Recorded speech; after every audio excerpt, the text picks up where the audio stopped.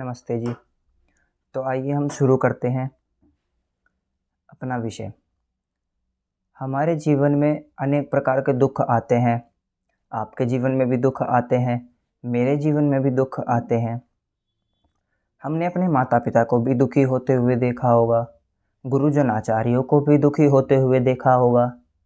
मैं नहीं जानता, लेकिन इस देश का राजा भी दुखी होता ही होगा।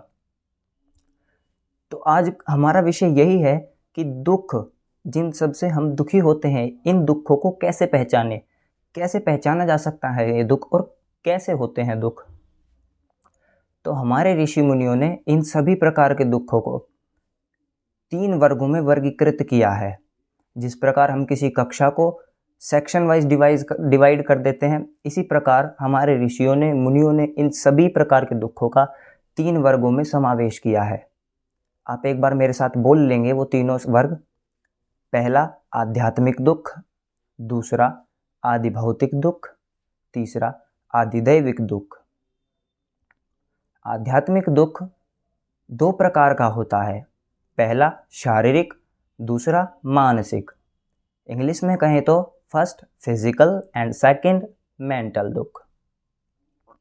शारीरिक दुख हमारा वह होता है जो हमारे शरीर द्वारा होता है, यानी जिसमें हमारा वात, पित्त, कफ बिगड़ जाए, या हमारे खान पान में गड़बड़ हो जाए, या फिर ज्वर आदि हो जाए, या कोई पीड़ा उत्पन्न हो जाए, वह हमारा शारीरिक दुख है। दूसरा मानसिक दुख। मानसिक दुख वह होता है जो हमारे मनोविकारों से उत्पन्न दुख, यानी ईर्ष्या, राग, द्वेष, लोभ, मोह, ये सब इस चीज़ के अंतर्गत आते हैं। तो यह हमारा मानसिक दुख कहलाता है। और ये दोनों प्रकार के दुख ही आध्यात्मिक दुख के अंतर्गत आते हैं। दूसरे नंबर के हमारा दुख होता है आदि भौतिक दुख। आदि भौतिक दुख वह है जो हमें भूतों से प्राप्त होता है। भूत यहाँ वह नहीं जो पीपल के पेड़ पे रहता है, बल्कि वो तो होते ही नहीं। भूत हम यहाँ कहते हैं जीवित प्राणियों को, जो मनुष्य या प्राणी जीवित हैं उन्हें हम भूत कहते हैं। यानी अन्य प्राणी, अन्य जीवों से प्राप्त होने वाला दुख आदि भौतिक दुख कहलाता है। जैसे किसी सांप, बिच्छू, कुत्ते, जानवर आदि के काटने, डंक मारने या डसने से जो हमें दुख प्राप्त होता है, पीड़ा प्राप्त होती है, वह आदि भौतिक दुख कहलाता है। जैसे कि किसी अन्य व्यक्ति द्वारा हमें कटु वाक्य बोलना या उसके द्वारा हमें मारना, पीटना, दर्द देना, यह आदि भौतिक दुख के अंतर्गत आता है। तीसरे नंबर का आदिदैविक दुख, यानी जो दुख हमें देवताओं द्वारा प्राप्त होते हैं, यानी बाय नेचर प्राप्त होते हैं।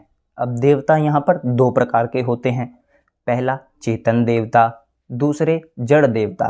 तो यहाँ पर जो हमें दुख प्राप्त होते हैं वो जड़ देवताओं द्वारा प्राप्त होते हैं। अब जड़ देवता कौन कौन से? जड़ देवता वह सूर्य देवता, चंद्रमा देवता, वायु देवता, जल देवता, अग्नि देवता इत्यादि। सूर्य देव की गर्मी अगर बढ़ जाए तो हमें गर्मी से दुख होता है, सर्दी बढ़ जाए तो हमें दुख होता है, बारिश ज़्यादा हो जाए तो दुख होता है, बाढ़ आ जाए तो दुख होता है। यानी इन सभी आत्यंतिक स्थितियों का आना ही आदिदैविक दुख कहलाता है। अब इन सभी प्रकार के दुखों से हमारे ऋषियों ने, मुनियों ने अत्यंत निवृत्ति की स्थिति को ही, ध्यान से सुनिएगा, इन 3 प्रकार के दुखों से आदि भौतिक, आध्यात्मिक एवं आदिदैविक, इन तीनों प्रकार के दुखों से अत्यंत निवृत्ति को ही, इन तीनों प्रकार के दुखों से अत्यंत निवृत्ति को ही अत्यंत मोक्ष की स्थिति कहा है।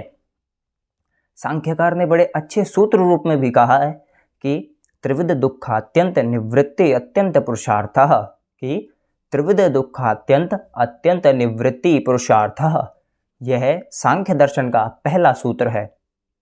धन्यवाद। आशा है आपको मेरी बातें समझ में आई हो।